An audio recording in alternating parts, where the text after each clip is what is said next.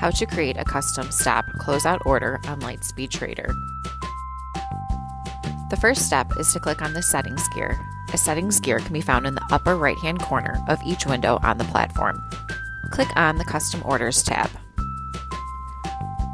In the New Commands section, choose Custom from the drop-down menu and then click Create New Command.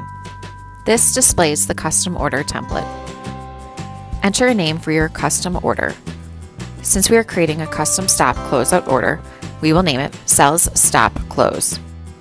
Then, working from the left to the right, complete each section of the form. For the side, choose Cell. For the instruction, choose Stop. This will gray out the market field. For display, choose Visible. In the Through section, you have the option to set your stop amount to be calculated off numerous different prices. It is common for traders to decide to set a stop off of their position price or position cost basis. For this example, we will choose position price. Next, enter the stop or through amount.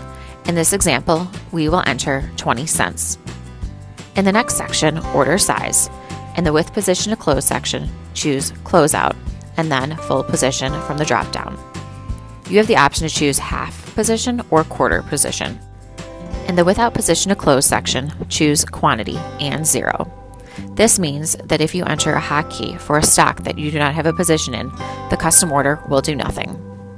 In the pop-up confirm section, you can choose to have the order confirmed with a pop-up or without. For this example, we will choose yes. In the TIFF time and forced day section, leave it at 8 o'clock.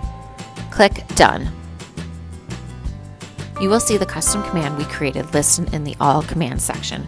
From here, you can assign it to a hotkey by clicking on the new command we just created and then on Map Key Now. Or if you want to link it to a hot button, you can do so at this time. Now that you know how to create a custom stop closeout order, check out our YouTube channel for other videos on the trading platform.